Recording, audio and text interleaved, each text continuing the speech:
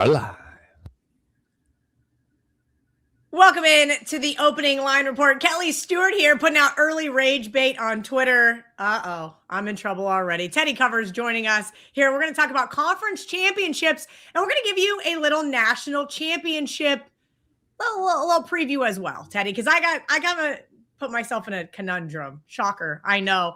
Let's get into the conference championships. I want to hear what you thought of things yesterday, right? Like I kind of pissed off some Patriots fans because I said Drake May was not a good playoff quarterback, right? The fumbles, the interceptions. Now, albeit he looked better than CJ Stroud or Caleb Williams, but good grief. Was that some sloppy football by the Patriots yesterday, even though the final score didn't reflect that? So the weather matters. Sometimes the weather matters. 99% of NFL games, the weather doesn't matter. It mattered in New England yesterday for sure. It mattered in both of the Patriots playoff games. We talk about, let's rip Drake May, let's rip CJ Stroud. The conditions were difficult for offense in both games yesterday. The weather mattered as well in Chicago against the Rams. But it's certainly, I think the weather was as important as any other factor in the Patriots win over the Texans. And when we talk about Drake May's struggles, he was playing against the single best defense in the league in crappy conditions. We're not going to say Drake May can't play in the playoffs because he hasn't had a brilliant offensive performance. And of course, Drake May was not in a situation, Kelly, where he had to do anything because the Patriots defense was good enough to dominate both games. 2 playoff games, New England's given up 1 touchdown that came after a May interception on a 27-yard drive. So it's been the Patriots defense that's been able to control the flow, and all of this, Drake May isn't playing his best. Doesn't matter. Drake May's done everything New England's needed in a pair of double-digit victories. Okay, fair enough. I won't rage bait Patriots fans anymore. They're already mad at me enough after yesterday. Let's get into the late game because I got to cash that Matthew Stafford under passing yards. I was like, great, we're going to overtime after he's sitting right at 205. And I was like, oh boy, buckle up. That was nice because I did expect Matthew Stafford once again on the road to struggle. Offensively, I was not impressed with the Rams whatsoever, but the Bears made enough mistakes to keep the Rams in that one. Yes, Caleb Williams had some Joe Montana-esque plays, but that was about it. Break down kind of what you saw from both of those teams yesterday and what the Rams are kind of lacking right now this late in the playoffs. I just feel like their defense stepped up enough yesterday to get them the win, but Matthew Stafford, outside of a couple of passes, I just wasn't impressed with him. So again, in the playoffs, we're going to overreact to everything that we see. Matthew Stafford is a Hall of Fame quarterback in the midst of an MVP caliber season who just went on the road in back-to-back weeks and guided his team to tough road victories and carried them in the fourth quarter of these tough road playoff games. Matthew Stafford has been freaking brilliant. Now, yesterday, was Stafford at his absolute best? No, he was not.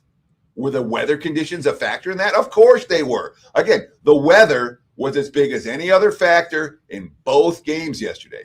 Stafford, you say, he used to play in Detroit. Yeah, he used to play inside in Detroit, and that was a half a decade ago. All right, you put Stafford in the cold when the wind chills are below 0, and you're not going to get grade A Matthew Stafford. Not going to happen, Not like we saw grade A Caleb Williams or anyone offensively. And, of course, that was the only game all weekend that stayed under the total. If you were playing favorites and overs, much to the chagrin of the book, if you're a chalk-eating weasel this weekend, you did pretty well, obviously, because the Rams were the only team that didn't cover, and the Rams were the only one that stayed under the total. Other was favorite and over for the first 3 playoff games of the weekend, and I'm sure that's not a great result for the house. And when you talk to John Murray later today or tomorrow, whenever you talk to him, I'm sure he'll express that sentiment to you. I'm sure it was not a good weekend, a particularly good weekend for the bookmakers. But to say, oh my God, Matthew Stafford didn't play the single best game any quarterback's ever played yesterday. No, he didn't. And McVay after the game was like, my play calling wasn't good. I didn't have the offense ready. McVay took the blame for not the offense not being as efficient as it was. But when you punt in OT, you're expecting to lose, and that's what the Rams did yesterday. They punted in OT, but they still found a way to win, even though they did not get the point spread money. Yeah, we can blame my mush of a boyfriend with a Rams futures ticket. He said, I think Caleb's due for another interception. I said, he's not going to throw 3. Bears money line was a little painful, and that was my own fault, Teddy. I was complaining to you before the show. That's where bankroll management comes into play. I had a nice +4 in pocket, and I decided to hit the gas pedal on Bears money line and basically split the game. That being said, let's talk about another game that I did not hardly watch at all. So we're going to save the best game for last. That would be Broncos Bills. But I'm hosting Saturday. I got people over for the Broncos game. What a thrilling ending. Next game, boom, right away. Seahawks touchdown. Next thing you know, I had a couple Moscow Mules, and I said, what happened to the Niners? Because I was inside, outside, grilling, doing my thing. That was that an epic performance by Seattle? Was that everything went their way? Was that the Niners' injuries just caught up with them? Just, albeit I did not watch anything but snippets of that game because it really wasn't one. No. So for the clients and I split this weekend. I had one winner with the over in the Broncos Bills and one loser stepping in front of the Patriots again, which I could smack myself in the head for. The one I'm kicking myself about, the one that I was, I'm right there with Seattle and I don't pull the trigger. I'm like, I bet against San Fran last week and it cost me. And I'm like, I didn't get there. And I didn't get there really for one reason. That reason was Sam Darnold. I'm like, I cannot trust Sam Darnold against a good defense. I cannot trust Sam Darnold in a game of this magnitude. And Darnold was a non-factor. When you return the opening kick for a touchdown, when you run for 170 yards, and when you're playing a team, let's be honest. I mean, that was Seattle good, but it was San Fran exhaling. And we talked about it on the show last Monday, Kelly. I read a couple of quotes from the 49ers. I don't like these quotes. These are, we accomplished something quotes, not we're hungry and driving quotes. And I mean, literally that game was the opening kick was returned for a touchdown. And at no point after that did it feel like San Fran was going to make a run. They were done. They fought the good fight. They got a road playoff victory. Another one on the other side of the country wasn't happening. That was, to me, as every bit, if not more, about the 49ers who, again, for the injuries they had, for the adversity they faced this season, we can do nothing but give San Francisco credit. But they were out of steam, They knew it. They showed it. And Seattle took care of business in a game that was not all that entertaining to watch. Except the total, you had to sweat it till the fourth quarter, and it sneaks over in the fourth. So one last Seahawks touchdown. Maybe some other people would argue with me, but I think the most entertaining game this weekend was Bills Broncos. I had a great time watching that game as a Broncos fan. I had both sides teased, so I didn't really care about the final result from a betting perspective. But man, was that was kind of a wild ending. A lot of people, if you had the Bills, were complaining about the refs.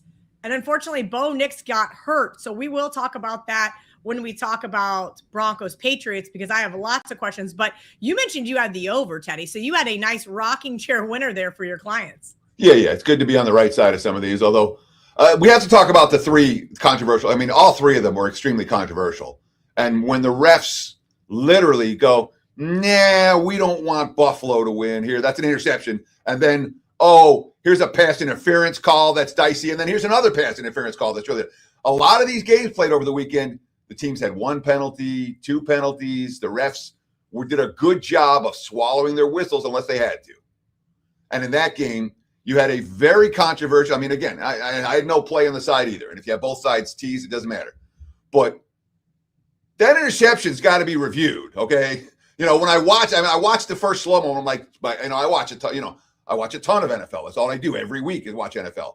And I watched the replay. I'm like, I don't know what. Wow, that's a really tough call. I didn't know. And next thing I was like, no, it's interception. Ball going this way. It's like, what? You can understand why McDermott was as mad as he was after the game.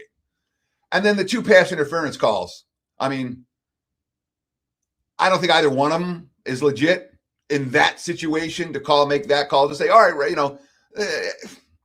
I thought there were very tough calls against Buffalo, And again, I got no skin in the game. I'm not Bills Mafia. I'm not Broncos fan. But you don't want refs deciding who goes to the next round. And if he tackles them, sure.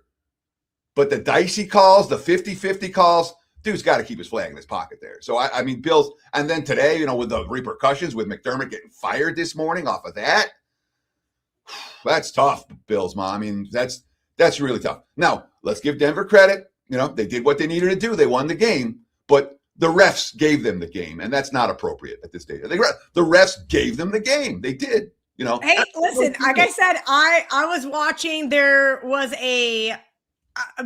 30 people at my house watching. So you're catching glimpses. You're hearing oohs and ahs. You're walking in and out, and next thing you know, you're like, I'll take it. I guess it's just one of those things, Teddy.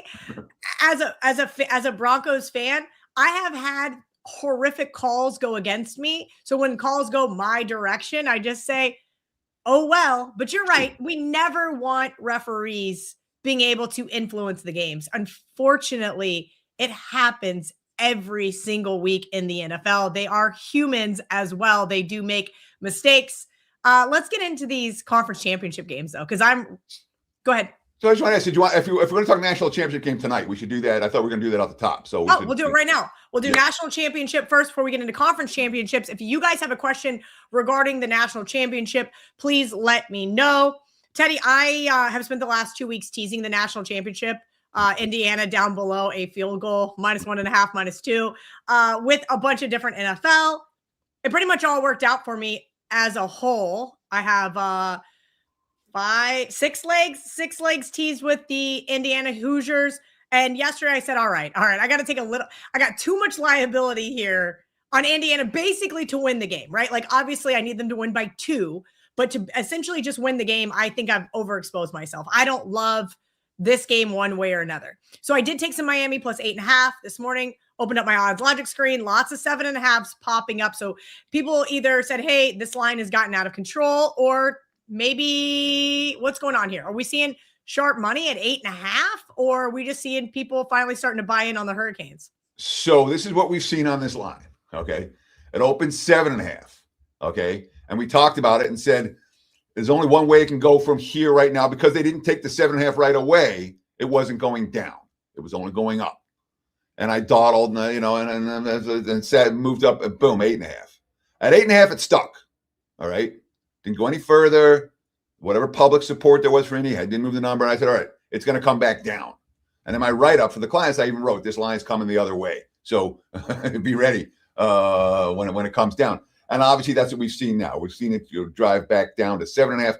I would not be shocked if we see some 7s. The Sharps do like Miami in this ballgame. Again, the look headline for this was 5.5. So the fact that we're seeing 7.5, 8, 8.5 tells us the reaction of what we've seen from Indiana just last game. With Indiana, obviously, with 2 blowout victories here in the playoffs. And we talk about every team gets tested. That's something I remember I always talked about in the NCAA tournament. And then all of a sudden you get a team like UConn that goes 6 games and beats all 6 by double-digit margins. You go, well, everyone gets tested most of the time. Indiana certainly played like a team that is on a mission, and that being said, this is certainly a point spread that is a little bit out of whack with what we've seen for the Hoosiers all season. B, Miami hasn't been a dog this big all year. They haven't lost a game this big all year. The Hurricanes 2 losses by a field goal or an OT and by 6. So it's not like they've been blown off the field by anyone. So in terms of what's going to happen today, we've already seen under money come in. This was at 48.5 at the open. Now I'm seeing 47/47.5. I'm not convinced we're going to see any more under money. We could, but I think 47 is about as low as it's going to go. From a side standpoint, again, we're seeing the money coming right now for Miami. I'm seeing 7.5 even money here in Las Vegas. I'm seeing 7.5 at plus money in the global market. So we're definitely seeing some wise guy support for the Miami Hurricanes as we speak. That said, we expected the wise guys to be on Miami because the number's higher than it was supposed to be just a week ago. That said, I'm not convinced that it's going to go down to 7. We could. We've seen some crazy line moves the last hour or two before kickoff in national titles games. I remember a good handful of them where, I remember USC, Oklahoma, where USC's laying 3, and then all of a sudden it's pick 'em. So this line could move back down to 7. It could even go below, but sometimes you do see a groundswell support. I'm not convinced that's going to be the case today. 7.5 feels to me like where it's going to go off at. If it goes off anywhere else, more likely to be 7 than 8 in this bettor's opinion, at least in the books that cater to. Teddy, we've got some questions in the chat regarding this game. One of our WagerTalk insiders has Indiana minus 5.5. Now, the 10.5s are long gone. That would have been a nice middle position. But as it currently stands, if you get 8 or 8.5, how big of a gap are you looking to middle games, right? I know guys that lay 7 all day and take 7.5 all day. That's what they do. 3.5, 7, especially in the NFL, right?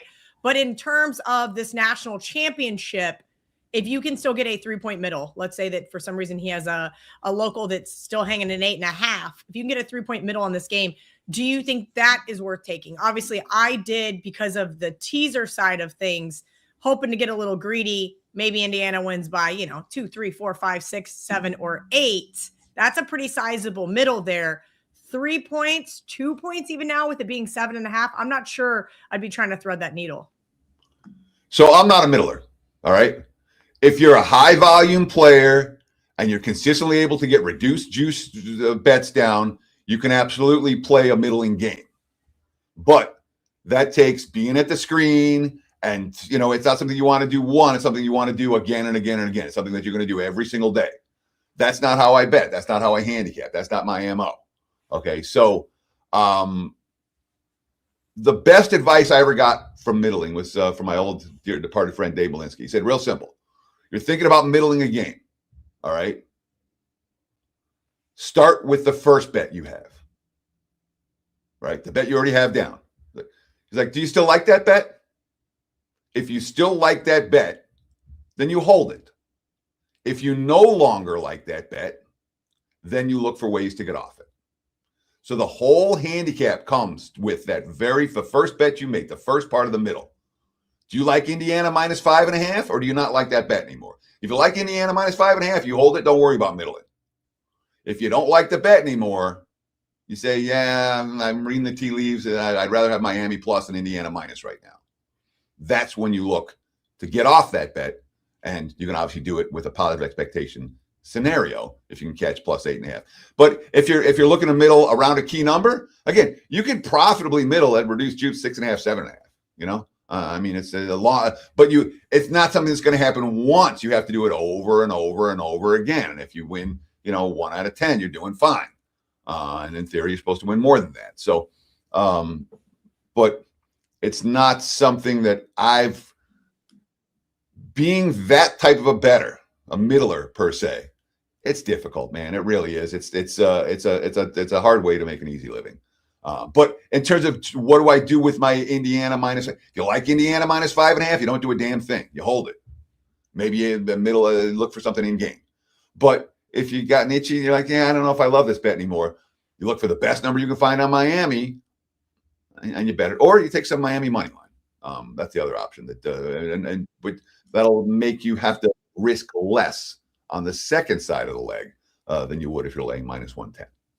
Yeah, that's where I'm at, Teddy, is debating on how much I want to have on Miami. I bet a couple dimes yesterday. Now I'm 7.5 across the board as I was just looking. So I may just say, all right, I got a little bit off of Indiana. Let's gamble and see how this national championship goes. Any other advice for anyone betting the national championship tonight? So as we get to this point of the season, we have to, there's a couple disclaimers we got to give. Okay. First, there ain't no bad point spreads this time of year. All right. And I was like, oh, this is not a bad, the books don't know what they're doing. Oh, these guys are idiots. That ain't the case. All right. So we're going to see a fair few games, and it may not be this game, but certainly yesterday and over the course of the weekend, you're seeing games coming fairly close to the point spread. So be aware when it comes to A, bet sizing, and B, the number of bets you're going to make. This is not we're going to go crazy and make 5,000 big bets on this game, or 50 big bets on this game.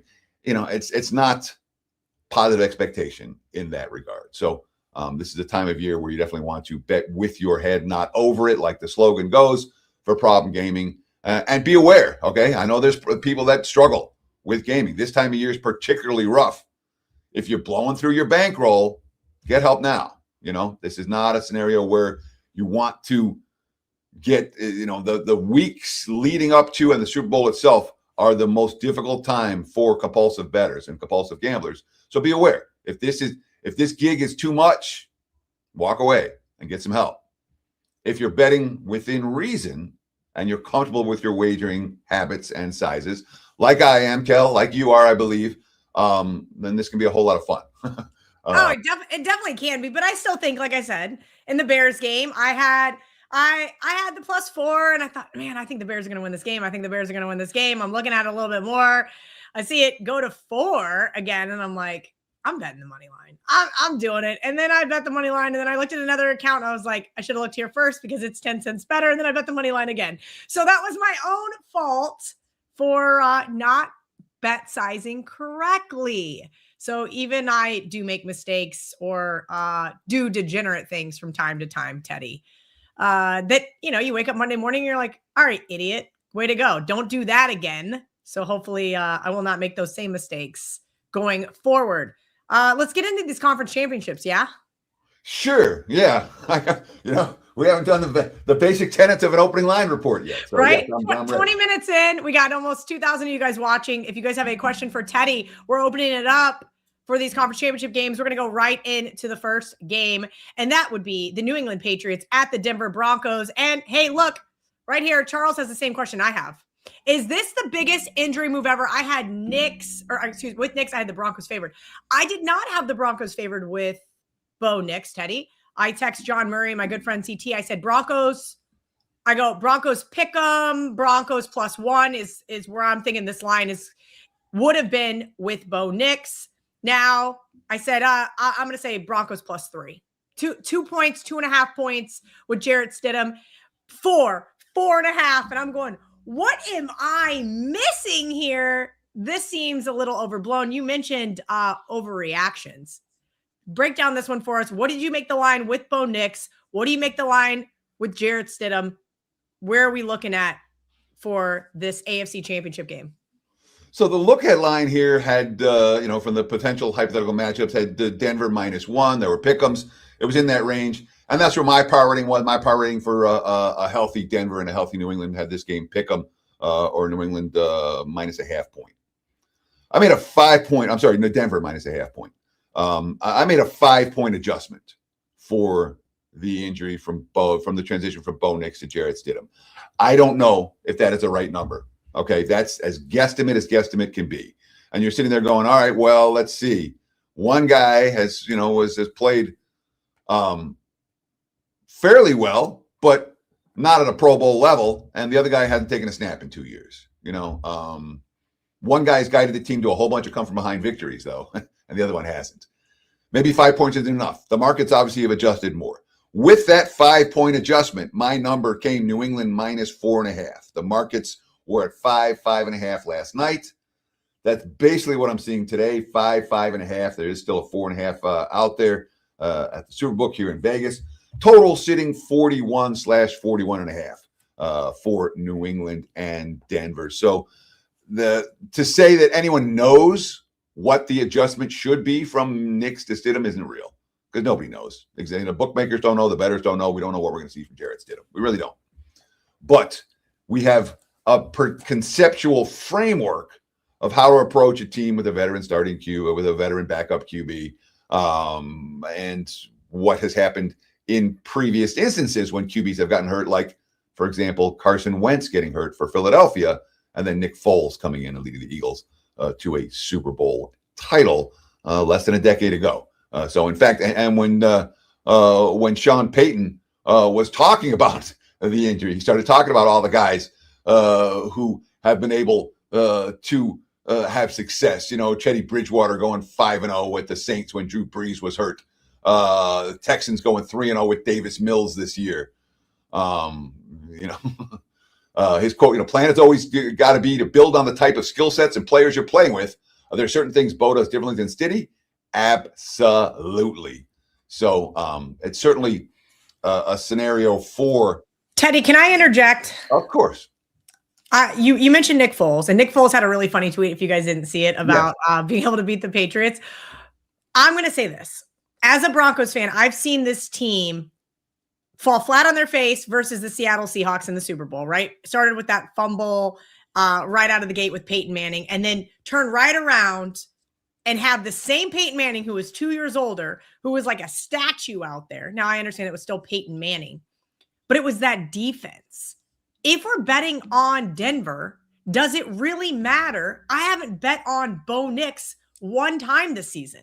I have only ever bet on the Denver Bronco defense. Does that make sense? Like, I know it sounds interesting to say, but if Jarrett Stidham's been in this organization for 3 years, right? I'm not even going to talk about the fact that he's practiced with this team and understands this organization, or that he's even comparable to Bo Nix. But Bo Nix is not without faults. He turns the ball over. He makes dumb mistakes. We've seen it because he is a young quarterback. Jarrett Stidham is older and has been in this organization just as long. Does that not?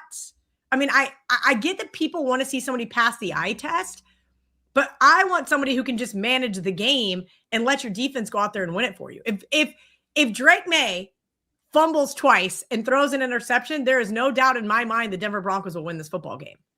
So sounds to me like you like Denver, and you think the markets have overreacted to the absence of Bo Nix. Now, Denver had, 13 come from behind wins this year? Yeah, which is crazy. So we have to give Bo Nix a little bit of credit for that, don't we? Sure. Yeah. Listen, I would agree with that. But I also think that Bo Nix is the reason why they were behind. Remember that Titans game where we came on here and I said, Teddy, I feel sick to my stomach. I'm going to take the Denver Broncos week 1 in Survivor with everybody else.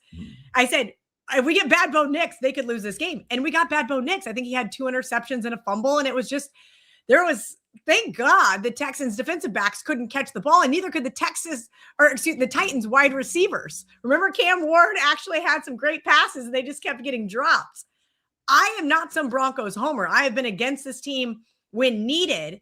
Got lucky against that Colts field goal kick. Speaking of crazy referee calls that go your way, if I'm betting on Denver, I'm betting on the defense. I don't care who the quarterback is. It could be you for all I care. So the Broncos defense yesterday or over the weekend, let's see, the Bills didn't punt. That's all you need to know. The Bills didn't punt. Fair enough.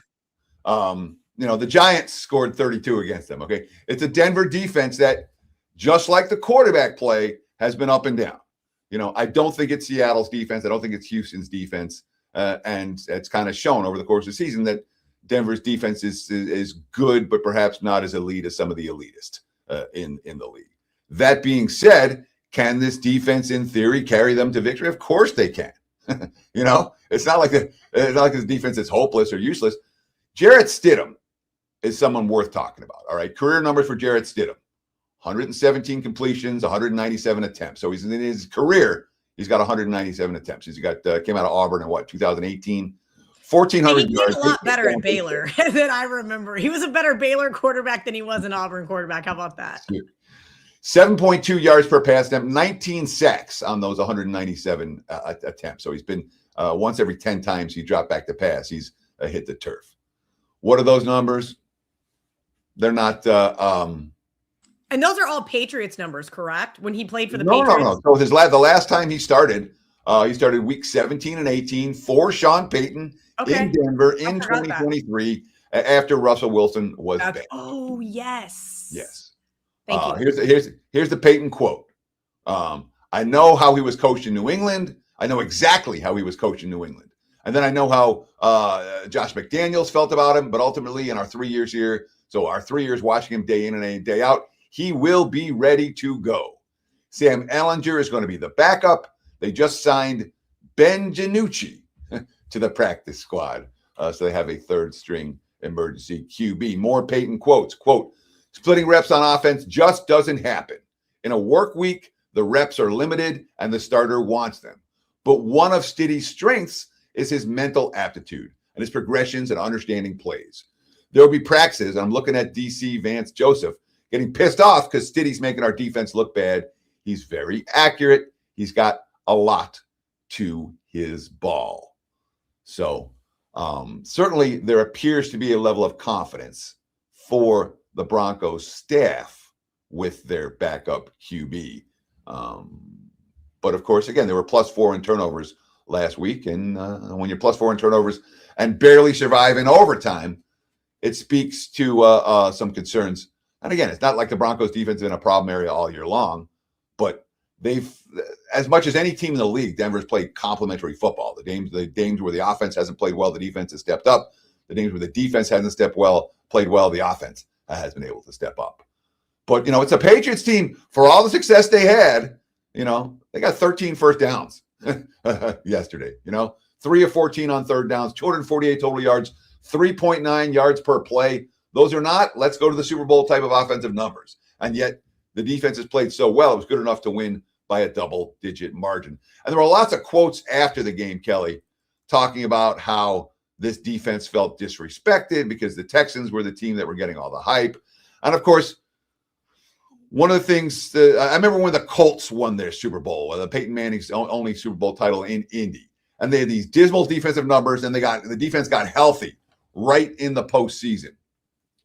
New England, since started the last couple of weeks in the playoffs, they've gotten back from injury. Milton Williams, Chris Tonga, Robert Spillane, Harold Landry, all these guys sat out time at the end of the regular season, and they've all been contributors here in the postseason. And this defense has been dominant in 2 playoff games. Now, the weather had a piece of the equation, and they played 2 warm weather teams in terms of the Chargers and the Texans. Now they're leaving the friendly confines of Foxborough, and they're playing a cold weather team in a cold weather environment. So they're not going to have that edge. But clearly, we've seen this defense really step up. Drake May, props to our defense. They played great. It was tough, battle of the elements. We knew they were going to be a good defense, but our defense helped us all night. So, when you're dominating the other team, and the Patriots were able to shut down the Texans' running game completely. If they can do that to Denver, they're going to win this game. They're going to cover this point spread. They're going to win this game. They may or may not cover the point spread. But if they can shut down the Broncos running game, because Denver has to run the football in this contest. That said, we look at the 2 offensive lines that New England just beaten up on. The Chargers' offensive line had some problems. The Texans' offensive line had some problems. The Broncos' offensive line, arguably as good as any in football. Different type of challenge for New England, stopping the run this week compared to last week. Drake May is going to have to play better than he has in those 2 games at home. But let's see what the weather is. The weather could be a whole lot better this week than last week. For the let's not forget, all the Patriot stats here in the postseason have to be weather, at least as you're thinking about them, they have to be weather adjusted, because it's been lousy weather for both Patriots games, and that's helped them hurt their opponents more than it's hurt them, even though it's hurt their own offensive efficiency. All right, Teddy, I know we can talk about this game forever, but I do have 2 things I wanted to bring up. And I know we said we're going to run fast, and we still have another game to go over. And I'm going to save this question for Marco D'Angelo and bet on it. But I do wonder how you handicap something like this, because there is no way to quantify. The injured player theory Marco talks about all the time. Mm-hmm. Your star quarterback, Bo Nix, gets hurt on the last play of the game in some weird fluky incident. And now you've got the next guy up, Jarrett Stidham. Mm-hmm. How does the rest of the team respond? I mean, the reason why this is a theory and why people use it as a handicap is because it does seem that the team rallies around guy number 2. The problem is the math guys are going to say, cool, what does that do for the point spread? Well, I mean, again, in this instance right now, and by the way, this is worth talking. In fact, let's not talk about it. Get your little siren out. Dan, get the theme going, because the market's moving right now. All right. And again, was Patriots -4.5 was my powering number. The markets were at 5.5 last night. This morning they were at 5.5. Boom, right now. Circa back down to 4.5. Global markets down to 4.5. There's still plenty of 5.5s out there for New England. But if you like Denver, grab the +5.5 now. We are seeing movement in the other direction, even with the loss of Bo Nix and the ascension of Jarrett Stidham to the starting QB position for the Broncos. So we are seeing Denver money right now. And again, I made a 5-point adjustment between the two QBs, and I came up with New England -4.5. The markets are moving that direction right now. The 5.5s may not be there an hour or 2 from now, so I would bet them sooner rather than later if you like the Denver side. Sweet. Okay. All right, we're in. We're in with the 5.5, Teddy. That's all I needed to hear. This is why I love doing the show. This is basically what I do all show long is I live bet with Teddy. Last question, Teddy, only because I know it's going to get the comment section upset and we're going to rage bait some people. Chris Thurston texted me last night, but Cal, why don't you say like every other sharp guy on X about how the Patriots haven't played anybody? And I go, the fact that they haven't played anybody is just what it is. Their strength of schedule. They have to play the schedule that's in front of them, correct? But Teddy, what are your thoughts on that strength of schedule argument? This is going to be one of the best teams that the Patriots have faced all season long. So I agree with that assessment. One of the reasons I've lost money betting against New England here in the postseason is because of the strength of schedule issues for the Patriots, and it's cost me money.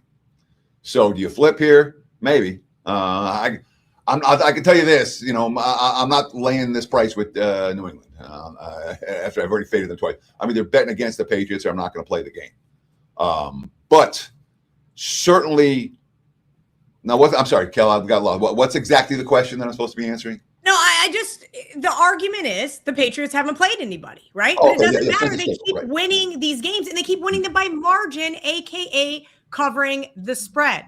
They haven't played anybody, but they single-handedly took care of Justin Herbert and the Chargers. Maybe weather was a factor. CJ Stroud, 5 interceptions. Kudos to that Patriots defense. When I hear these arguments over and over and over again, and then the eye test is it doesn't matter. The Patriots are still winning by margin. What do we do with that type of information? Because there are going to be handicappers that press that all week long saying, guess what? The Patriots don't deserve to be X, when the reality is maybe they do. You just mentioned earlier in the national championship, the bookmakers are not giving out freebies at this time of the year. They're not saying, oh yeah, here, have this crazy number because we're wrong in the market. The Patriots went to Buffalo and beat Buffalo. They went to Baltimore and beat Baltimore on the road. So it's not like they didn't beat anyone all season. And here in the postseason, so I don't have New England power rated as high as the Rams or the Seahawks. Nobody does, I don't think. And when you look at the AFC, NFC lines, the Rams and the Seahawks are both going to be favored over whoever comes out of the AFC. All right. But at this stage, after winning a pair of playoff games, after showing in the regular season they can go on the road and beat quality teams, the strength of schedule argument has come, it's gone. Strength of schedule stuff works in the wild card round. It doesn't work after that. After that, you have teams in their own momentum. And and you nailed it in terms of you can only play who's on your schedule. That's all you get. You don't get to say, oh, well, this opponent's too weak. Let me switch it out and play someone tougher. You don't get that choice. All right. I'm not a meteorologist, and I do not play one here on WagerTalk TV, but it looks like it's going to be 48 degrees and sunny in Denver over the weekend. So take that for what you will. Teddy covers 2,100 people watching us live. Shout out to all of you guys, especially our WagerTalk insiders. Make sure you guys give us that like and hit that subscribe button. We just hit 240,000 subscribers yesterday when Ariel Epstein was hosting Last Call with Teddy. It was amazing. So thank you to all of you guys.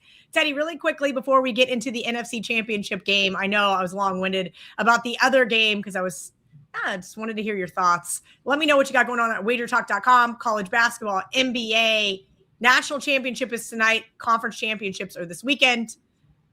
WT.buzz/TC to get on board with Teddy.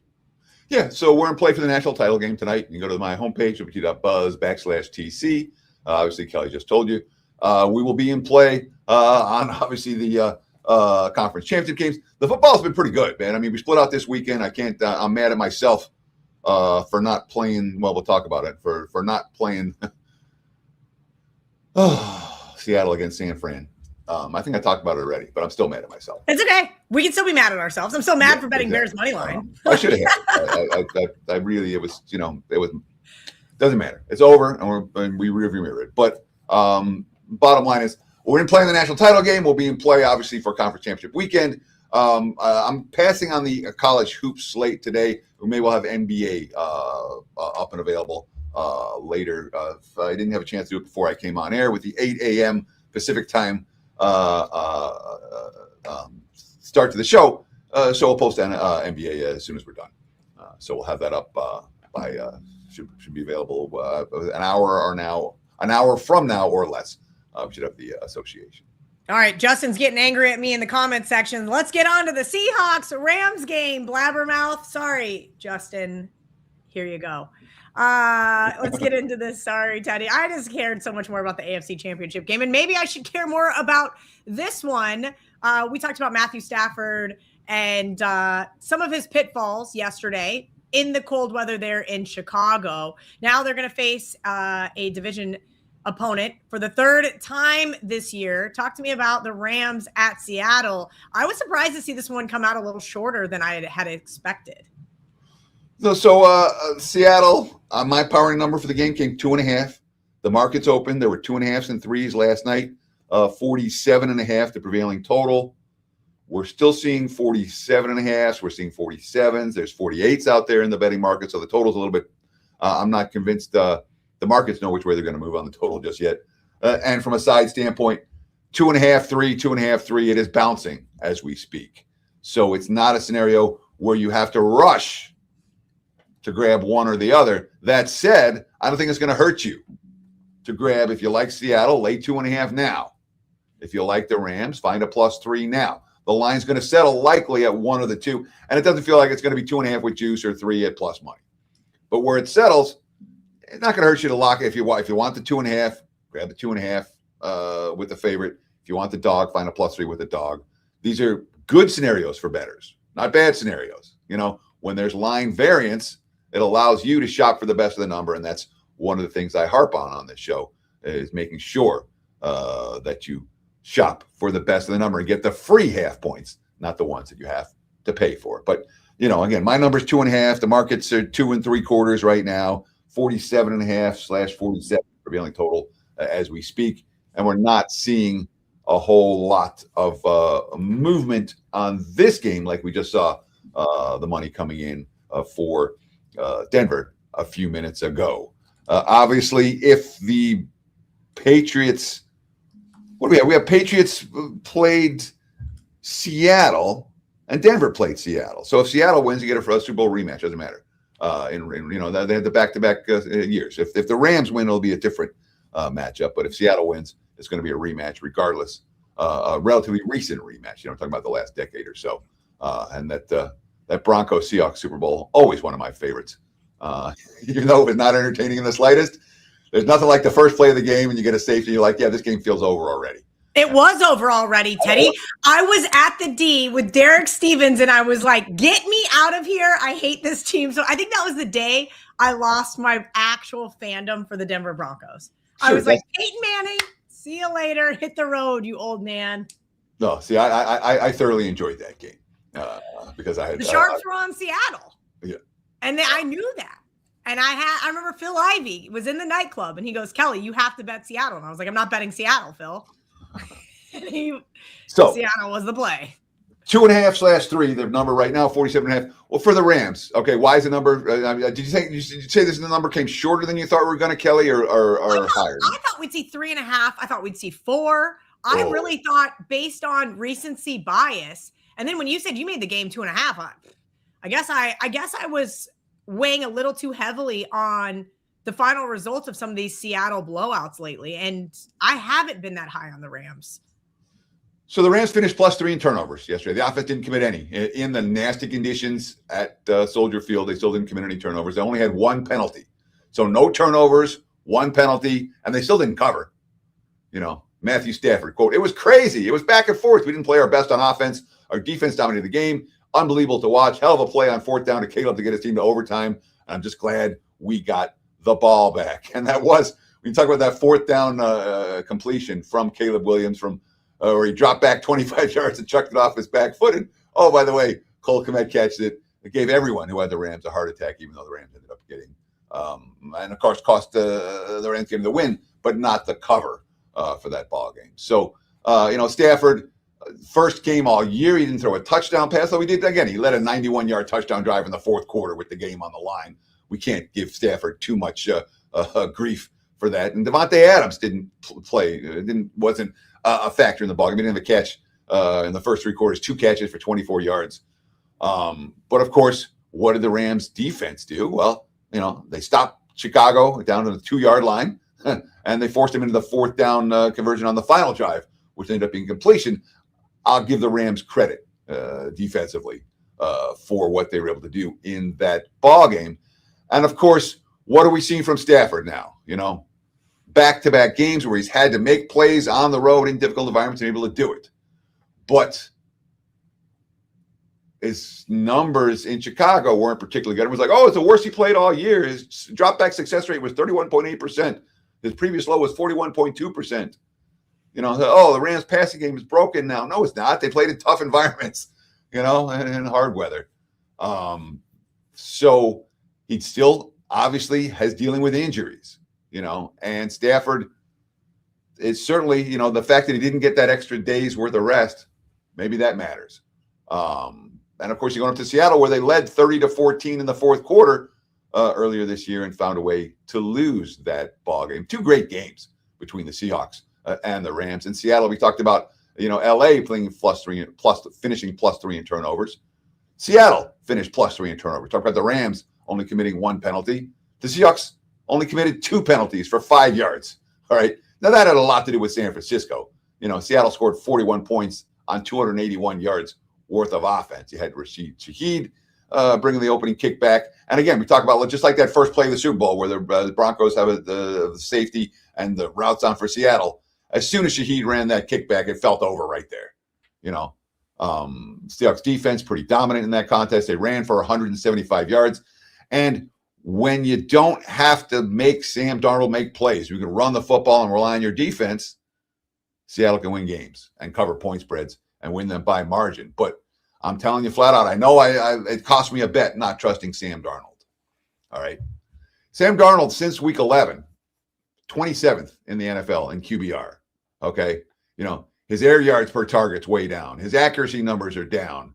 There are certainly concerns about a QB that has struggled against quality defenses now, in theory, playing a quality Rams defense. Of course, he lit this defense up a couple of weeks ago, but we remember the 38-37 overtime thriller in week 16 that allowed Seattle to play this game at home as opposed to on the road.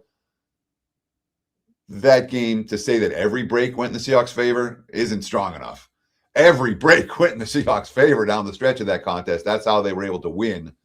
And there's a reason here why the Seahawks not favored by even a field goal in this one, at least not yet. There's still a lot of respect for LA in the betting marketplace. And if you ask me where this line is going to land, I think it's going to land 2.5 more than 3. As I'm thinking about it, as I've talked through it, this line's not a 3. It's a 2.5. There's still a lot of respect out there for LA as what many people thought was the best team in the league going into the postseason. All they've done is win 2 playoff games, and they don't have the betting bandwagon because they failed to cover either one of them. Now they're dogs. Yeah. I think 2.5 is. I think it's more likely to go off 2.5 than 3, as long as the weather isn't disastrous. Yep, and that's where I'm getting ready to chime in, putting on my meteorologist hat for Sunday, which of course is subject to change. I think in my next life, Teddy, I'm going to be a meteorologist. People don't get near as mad about those predictions, but it does say 50%. They get madder. I'm teasing. I'm like, no matter what you do, it's like they said it was going to rain today and the sun is shining. 50% chance of showers all day in Seattle, 48 degrees. You mentioned the weather. The first time the Rams played the Panthers, that was a factor. It wasn't as bad the second time in Carolina. Still no cover by the Rams. Sunset, 5 p.m. in Seattle on Sunday night. It's going to be chilly, possibly rainy. Do you think that is something we need to consider when placing a wager on Matthew Stafford? So it's not Rams. If it's not Rams weather, you want to be aware. There's 3 cold weather teams and 1 warm weather team still standing. So and LA hasn't covered yet in the postseason. So okay, 2.5. I know I don't have anything to tease it with, but if you had a leg to tease the Rams with, are we looking at Rams over a touchdown? Sure, there's worse bets than that. I would expect a competitive game. So we're not expecting San Fran 2.0. We're not expecting a dominant Seattle Seahawks performance. We're expecting a knife fight like we saw last night in Chicago, where it's back and forth, and either team could possibly win it regardless of the point spread. So I'm going to think about it. before I say exactly how I think this game's going to go. Okay. I'm very much worried about the Rams having just played 2 physical games and Seattle just had a laugher. And on the road. So you say, could the Seahawks run them out? Yeah, the Seahawks could run them out. Of course they could. They're from a physically fresh standpoint, these teams are in very different positions right now. Yeah, Matthew Stafford, not 100%. We know that. We've heard different, we'll call them rumors, right? I haven't seen his throwing hand.